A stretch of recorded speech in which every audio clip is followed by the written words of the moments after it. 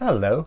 I want to tell you about how one of my ideal ways of spending a morning is listening to an audiobook of my favorite novel, The Waves by Virginia Woolf, while also walking around or riding on a bus through London, because there's an added pleasure of experiencing this text while traveling through the very streets that Woolf herself once walked through and observing the people and the shop windows.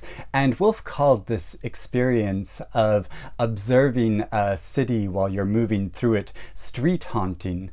So over the past several months of the pandemic, this sense of haunting has taken on a extra meaning because whenever I travel to central London, it's been mostly deserted.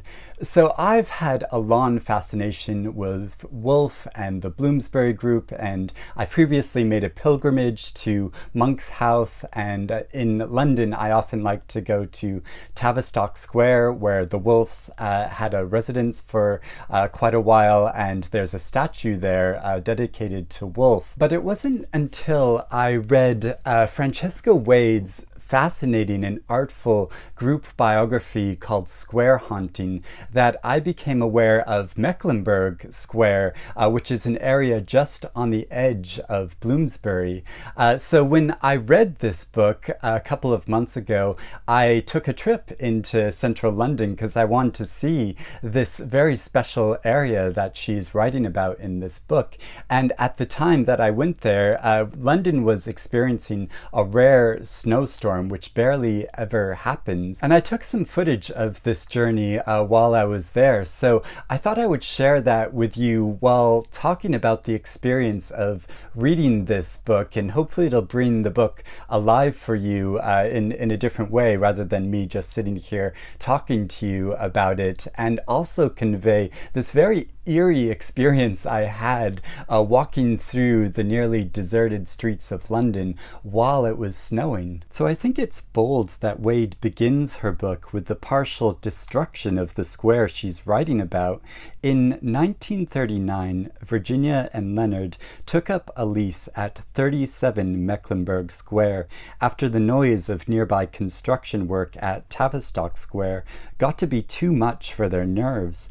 This book is partly about their short time at this residence, which was bombed in a German air raid in 1940.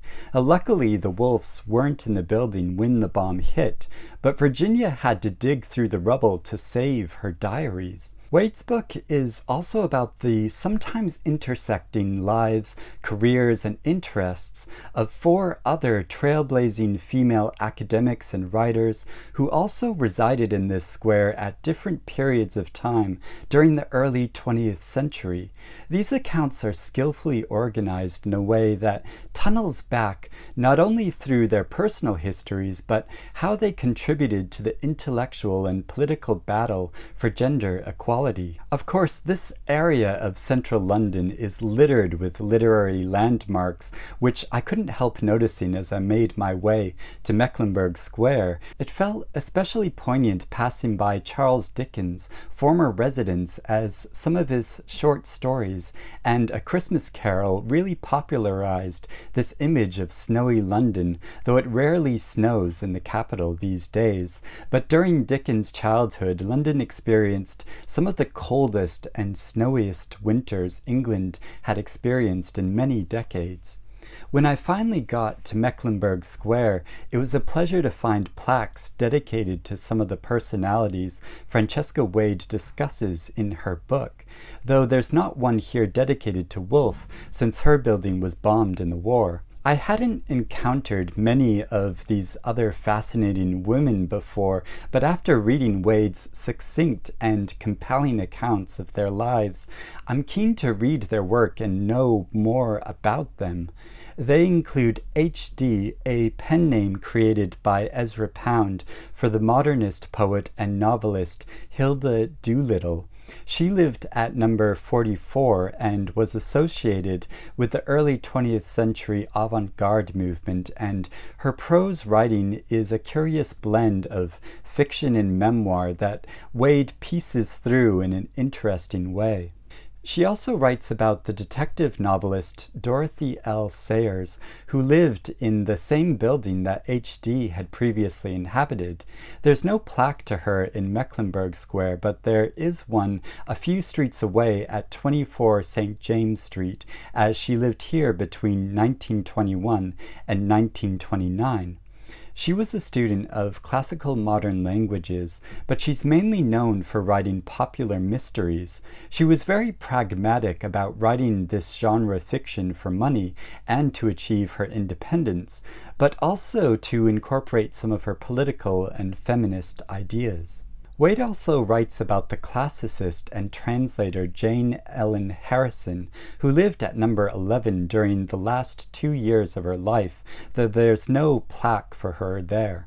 She had a fierce intelligence and was one of the founders of modern studies in ancient Greek religion and mythology. She also forcefully argued for women's suffrage. Finally, Wade also discusses the life of historian, broadcaster, and pacifist Eileen Power, who lived in the square from 1922 to 1940. She was a medievalist scholar and an expert on the lives of medieval women. All of these talented women had their ambition and desire to intellectually engage with society through their writing stymied in different ways by the dominant patriarchy. Wade details the particular challenges they faced and the individual ways they successfully challenged a system which hampered their ability to be taken as seriously as their male counterparts. The spirit of a room of one's own takes a direct relevance in their stories, as these women established their professional and personal lives in the homes they made while living in this square. Wade's account of these 5 lives are filled with tantalizing details about their unique struggles to live, love, work, and write in the way that they most desired. I admire how this book artfully weaves these lives together to show the overlapping influence or friendship these different women shared. In a way, this makes the book feel like a wonderfully compelling collection of interconnected short stories. Occasionally there will be other figures such as a charismatic landlady, members of the Bloomsbury group, or leading intellectuals such as Sigmund Freud, who appear in their separate stories.